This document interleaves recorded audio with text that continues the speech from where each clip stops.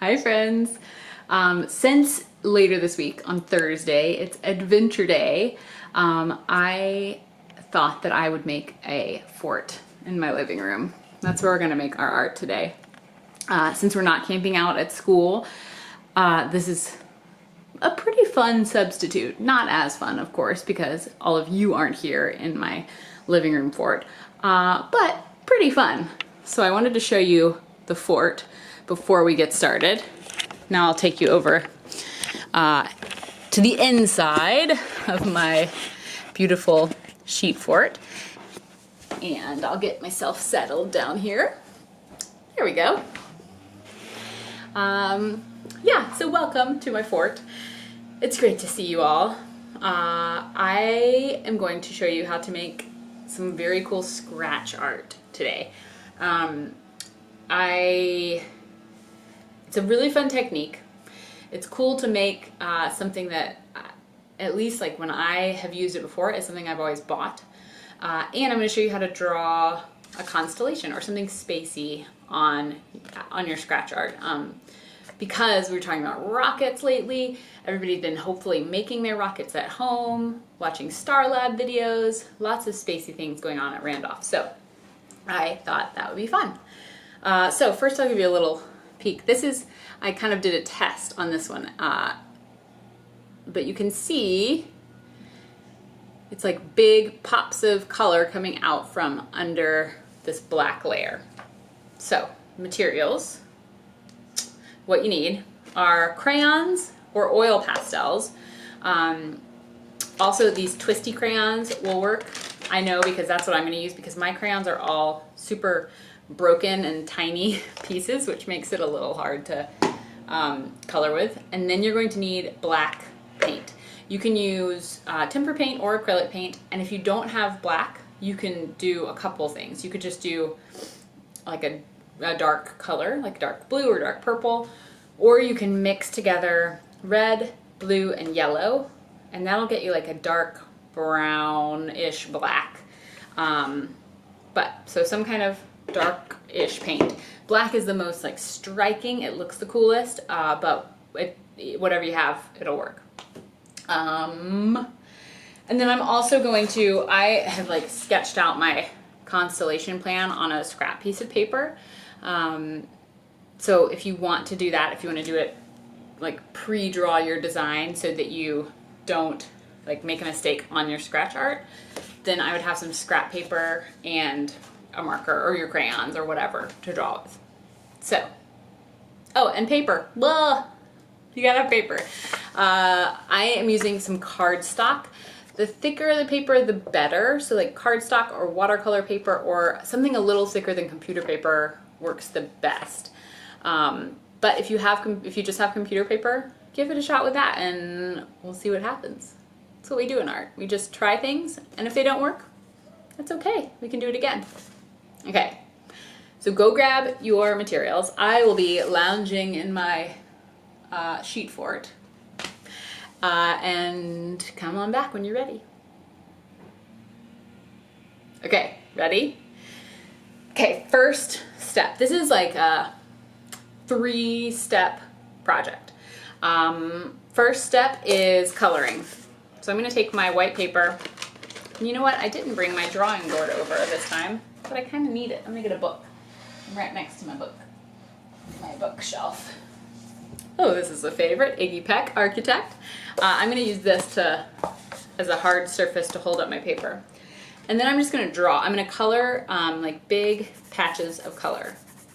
And it's really up to you. You can do it this way. You can just do big color, like spots of color. Or you can draw a design. It's totally up to you. Just remember, whatever you're drawing, it's going to get covered up with some black paint.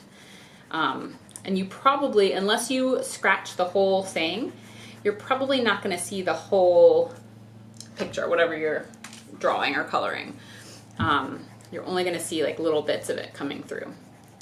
But you can see I'm just doing big kind of spots of color, and I'm trying to really press down hard. That's also why these twisty ones are great, because I am the reason a lot of my regular crayons are broken, because I was coloring so hard to do this project that they kind of broke.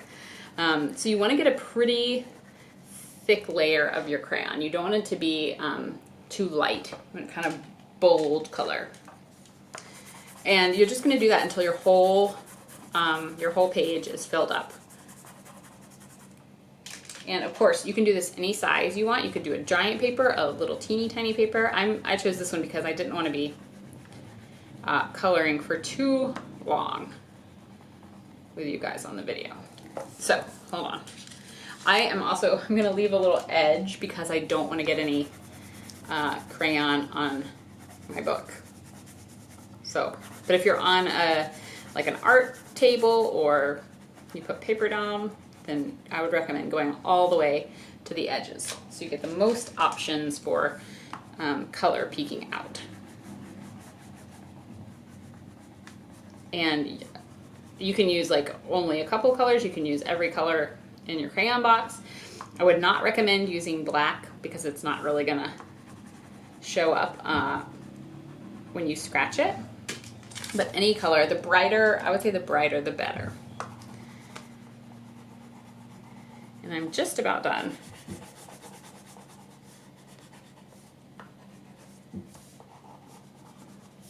And I really am trying to get every little white bit mostly covered. So there is my crayoned work. And I'm gonna tell you, that looks cool to me just on its own. If you wanna stop there, you can. But the next part is cool. So you're gonna take your colored paper, get out your black paint, and a brush. It can be any kind of brush. I like to use one like this for this kind of thing because I feel like it gets a really even layer of the paint, but any kind of brush is just fine. And then it's kind of sad, it kind of feels sad to do it. You're gonna cover over the whole crayon masterpiece you just made until the whole sheet is just black. I'm gonna set it down for a second. I definitely don't want to do this on a book. So I'm gonna put it on my little stool here because I'm not so worried about getting paint on it. But once you have a black, I don't really know what to do with my paintbrush because I'm in the living room, I'm on the carpet and a blanket. I'm just gonna set that very carefully on top of the paint container. Okay, so then you have a very painty black square, which doesn't look that exciting. And then you're gonna do a little magic. It's gonna dry and be a little bigger. Not really. I made this one earlier because I knew that I wouldn't wanna wait for that paint to dry with you guys. And it needs a little while to dry. You want it to be totally, totally dry. So once your paper is super dry, your black paint is super dry, you're gonna get, did I say this in the materials thing? I don't know if I did. You're gonna get something sharp. You need a pokey something. So this is a skewer.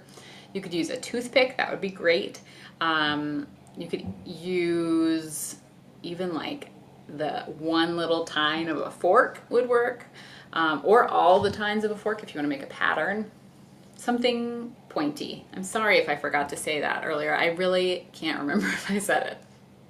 So if you need to pause me now and get something pointy, go do that and come back. Once you have your pointy thing, you're going to put your paper on something, a hard surface, and you're going to use your pointy thing to draw. And I have already drawn out the Big Dipper over here because I decided this is what I wanted to draw. This is the constellation I wanted to make on my scratch art. I thought constellations or stars would be cool on this because it's like a black night sky background and then like a bright colorful star or constellation or planet or whatever you want to make it. So I am going to use this as a reference. I'm going to put it in front of me and then I'm going to draw it out on here. And it's kind of, it feels a little weird, but you're going to just kind of, it's going to scrape. You can see, I just did a little dot, but you can see that like bright pink coming through.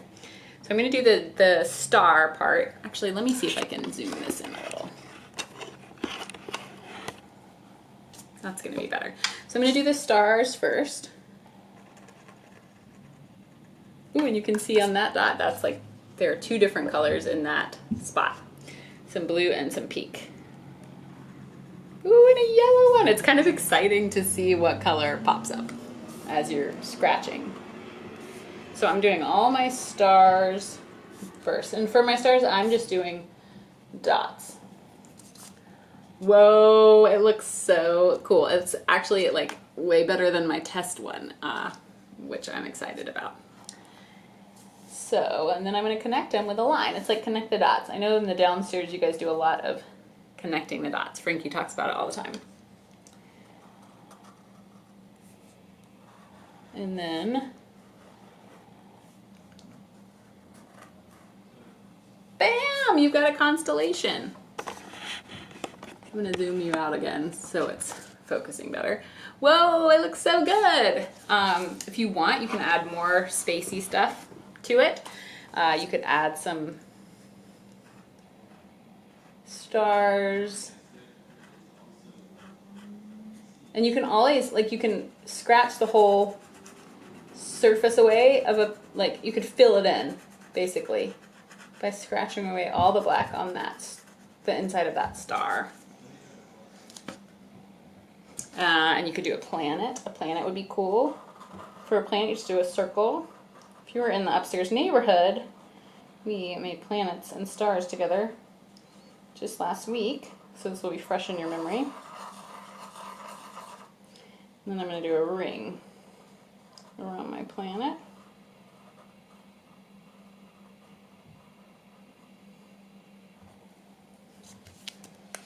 There you go. And then you could do like more little stars just scattered around to be kind of like part of your spacey scene. And then, bam! You got a really cool spacey artwork that you made. You made the whole thing, the scratch art, everything. It's so cool. It's so fun. Obviously, I had a lot of fun with this one. And it was extra fun doing it in my sheet for it. Later this week on Wednesday, so this would have been my first adventure day at Randolph, but I read that usually there's a boat race, a regatta, down at the creek. And so on Wednesday, get ready, we're gonna be making some boats that you can float in a creek near your house, or in your baby pool, in your bathtub, wherever you want. But I think it's gonna be pretty fun. Okay, I'll see you guys next time. Yay, space!